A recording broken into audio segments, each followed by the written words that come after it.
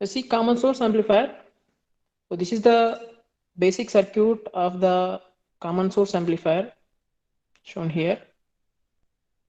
So common source, the name implies the source is common between input and output, right? So this is the source. The source is common between input and output. That's why hence the name common source amplifier. And what is the phase shift between input and output? If the input is having 0 degrees phase shift, then the output will have 180 degrees phase shift. Same as a common emitter amplifier in the BJT.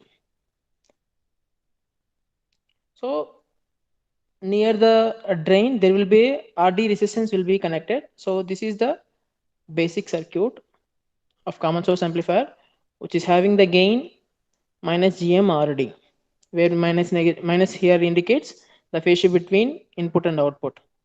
So, and please note here the gain offered by the particular amplifier gain AV is directly proportional to GM, right? Where GM is the transconductance of the amplifier. Transconductance of the amplifier. More the GM, more the gain offered by the particular circuit.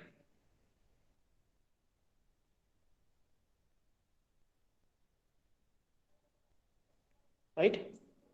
So, but the problem here is as the RD is the passive load, the power dissipation by this basic circuit is more. So instead of, this is the passive load I'm talking about. Instead of this passive load, I will try to replace this with a active load like this. The role of this one is only to replace this resistor. Instead of passive components, we are using some active components, and this active component acts as a resistor.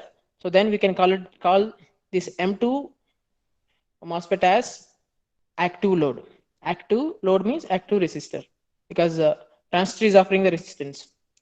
So same circuit, just a modification here.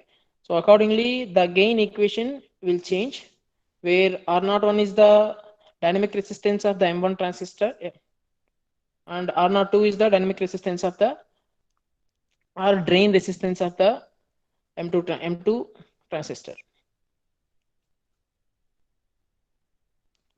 So we are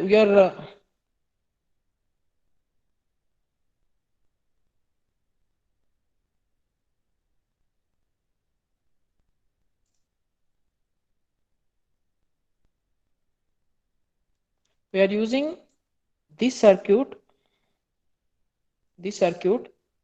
to verify common source amplifier in our design. And please note, the transistor to be operated as an amplifier, it has to be operated in the saturation region.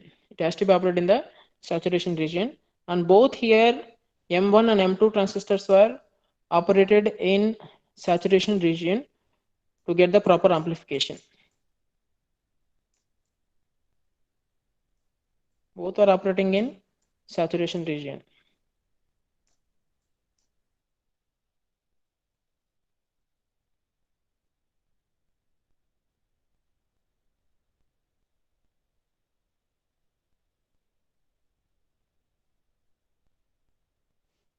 So this is the design circuit to verify in the cadence tool, and to verify whether your PMOS or NMOS is operating in the saturation region or not.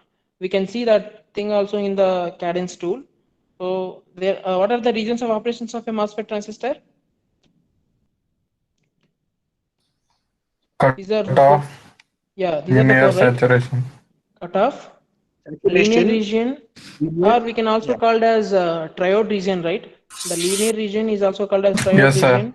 The Yes. saturation region of operation of a MOSFET is also called as pentode region. But we will follow these conventions only instead of different.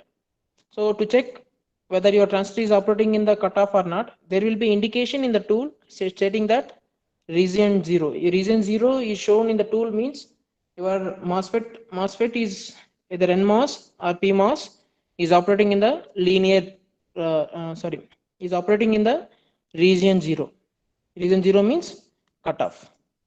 The same way, the tool shows that if it is region 1, means your MOSFET is operating in linear region. If the tool showing region 2 means your MOSFET is operating in saturation region, same way like that.